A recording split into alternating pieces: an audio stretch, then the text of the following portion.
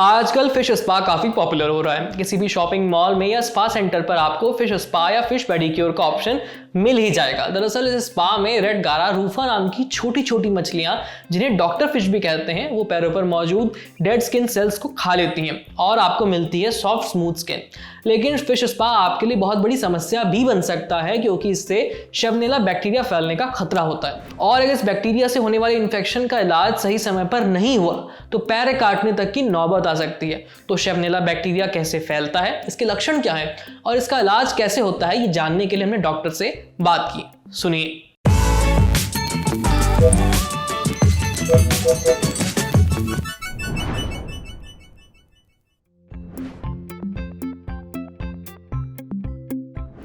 शिवनेला एक bacterial condition है जो एक स्किन इन्फेक्शन है। ये फिश स्पा यानी फिश पेडिक्योर से भी हो सकता है। शिवनेला एक ग्राम नेगेटिव बैक्टीरिया है जो ज़्यादा मरीन जो स्विमर्स होते हैं या जो समुद्र के पानी में ज़्यादा रहते हैं उन्हें होने के चांस है। समुद्र से तो ये इन्फेक्शन आपके लंग्स में, आपके ब्लड में, बोन्स में, आपकी स्किन पर या आपके कानों में कहीं भी हो सकता है। लेकिन अगर हम फिश स्पा की बात करें तो ये हमारे स्किन के थ्रू ही एंटर कर सकता है। अभी ऐसा हो सकता है कि ये इन्फेक्शन सिर्फ स्किन में रहे या बॉडी में भी एंटर कर जाए। इसके लक्षण हैं कि जहां आपने फिश स्पा या फिश पेडिक्योर करवाया है उस एरिया में आपको या तो थोड़ी खुजली हो या वहाँ पे लाल हो जाए पेडिक्योर करने के बाद, या फिर अगर वहाँ पे छोटे छोटे घाव बन के वो एक बड़ा घाव भी बन सकता है। इसके अलावा आपको नॉर्मल बॉडी में इन्फेक्शन जिससे आपको फीवर भी हो सकता है।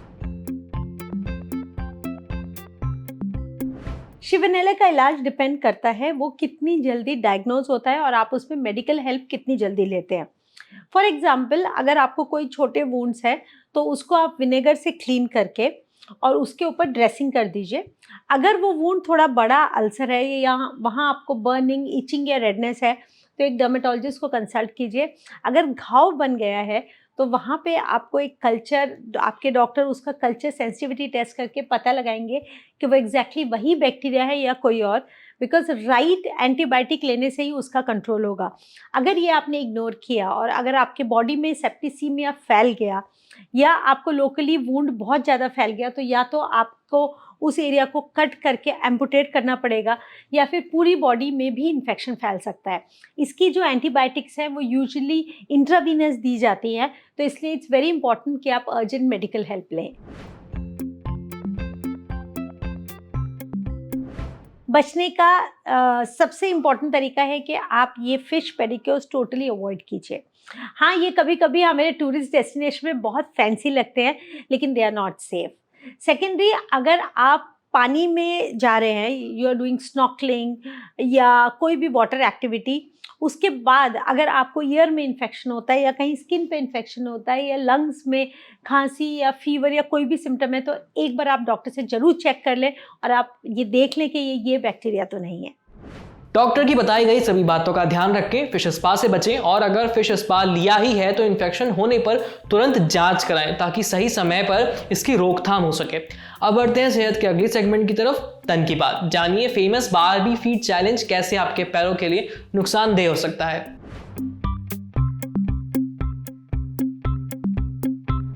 बारबी मूवी का धमाल जारी है। मूवी में एक सीन है जिसमें एक्ट्रेस मार्गरेट रॉबी अपने पैरों से हील्स उतारती हैं, लेकिन उनके पैर पूरी तरह से जमीन पर नहीं टिकते, उनकी एड़ियां हवा में रहती हैं, फिर वो पंजों के बल चलने लगती हैं। ये तो था मूवी का सीन, लेकिन अब इसे देखकर सोशल मीडिया पर भी बारबी फीट चैलेंज काफी पॉपुलर हो रहा है। इसमें इन्फ्लुएंसर्स भी पंजों के बल ही चलने लगते हैं। लेकिन आप तो जानते हैं कि इस तरह के वीडियोस और इस तरह के चैलेंज एक बार में आप शूट नहीं कर पाते, कई बार ट्राई करने पर एक वीडियो जाकर शूट हो पाता है। ऐसे में लंबे समय तक पंजों के बल चलने से आपके पैरों में दिक्कत हो सकती है।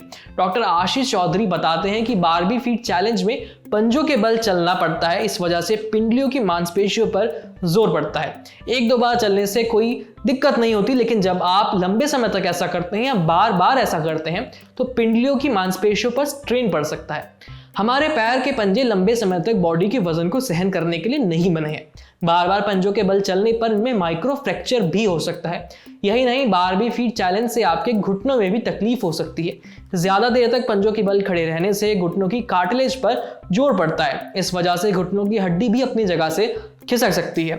सोशल मीडिया पर चल रहे किसी भी चैलेंज को फॉलो करने में कोई हर्ज नहीं है, लेकिन इसके चक्कर में खुद को चोट न लगने दें। अपना ध्यान रखें और कोई भी ऐसा काम ना करें जिससे आपको तकलीफ हो। अब बढ़ते हैं सेहत के आखिरी सेगमेंट की तरफ, खुराक, यानी एक झकासी हेल्थ टिप। जानिए ब्रेन फॉग की समस्या से राहत दिलाने वाले फूड्स के बारे में। क्या आपको भी कुछ चीजें याद रखने में, फोकस करने में समस्या आ रही है? दिन भर थकान होती है, सुस्ती सी महसूस होती है? हो सकता है कि ब्रेन फॉग के कारण ऐसा हो रहा हो। ब्रेन फॉग बेहद आम समस्या है, लेकिन ज्यादातर लोग इसको नजरअंदाज कर देते हैं, जो कि ठीक नहीं है। ब्रेन फॉग कोई मेडिकल टर्म या बीमारी का नाम नहीं है। ब्रेन फॉग एक आम बोलचाल की भाषा का शब्द है।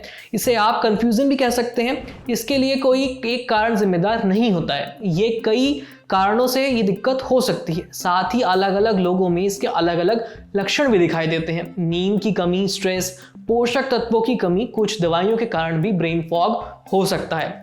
अगर आप कंफ्यूजन, चीजें भूल जाना, फोकस की कमी, सुस्ती और मेंटल स्ट्रेस जैसी दिक्कतों से जूझ रहे हैं तो ये ब्रेन फॉग की ओर इशारा करता है। इस समस्या से बचने के लिए न्यूट्रिशनिस्ट लवनीत बत्रा ने अपने इंस्टाग्राम पेज पर ब्रेन फॉग से राहत दिलाने वाली कुछ चीजों के बारे में बात की है। लवनीत बताती हैं कि अपने खाने में हरी पत्तेदार सब्जियां शामिल करें। इनमें आयरन, विटामिन बी, विटामिन के और विटामिन B9 यानी कि फोलेट काफी ज्यादा होता है, जो आपके दिमाग की रीजनिंग और लॉजिकल क्षमता को बढ़ाता है।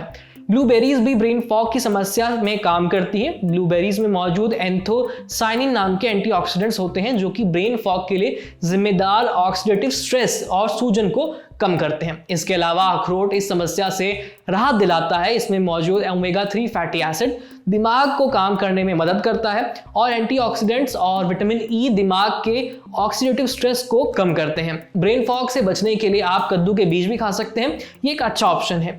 ये एंटीऑक्सीडेंट्स से भरपूर होते हैं। साथ में इसमें मैग्नीशियम, आयरन और जिंक भी होता है। ब्रेन फॉग से बचने के लिए तुलसी के पत्ते लंबे समय से इस्तेमाल हो रहे हैं। तुलसी एक एडेप्टोजेन है, यानी वो पौधा जो नेचुरली स्ट्रेस और एंजाइटी को कम करता है। ब्रेन फॉग से राहत पाने के लिए हल्दी भी एक अच्छा ऑप्शन है। इसमें मौजूद कर्मिन नाम का एंटीऑक्सीडेंट ऑक्सीडेटिव स्ट्रेस को कम करता है। ब्रेन फॉग से राहत पाने के लिए कुछ ऐसे फूड टिप्स हैं जिन्हें आप आसानी से फॉलो कर सकते हैं। लेकिन अगर आपकी ये समस्या बढ़ती ही जा रही है तो एक बार डॉक्टर को जरूर दिखा लें। अच्छा, आज सेहत में इतना ही। अगर आप डॉक्टर हैं या आपका डॉक्टर से कोई सवाल है तो स्क्रीन पर दिख रही इस ईमेल आईडी पर अपना सवाल भेज दीजिए। मेरा नाम है आयुष। देखते रहिए ललन टॉप। शुक्रिया।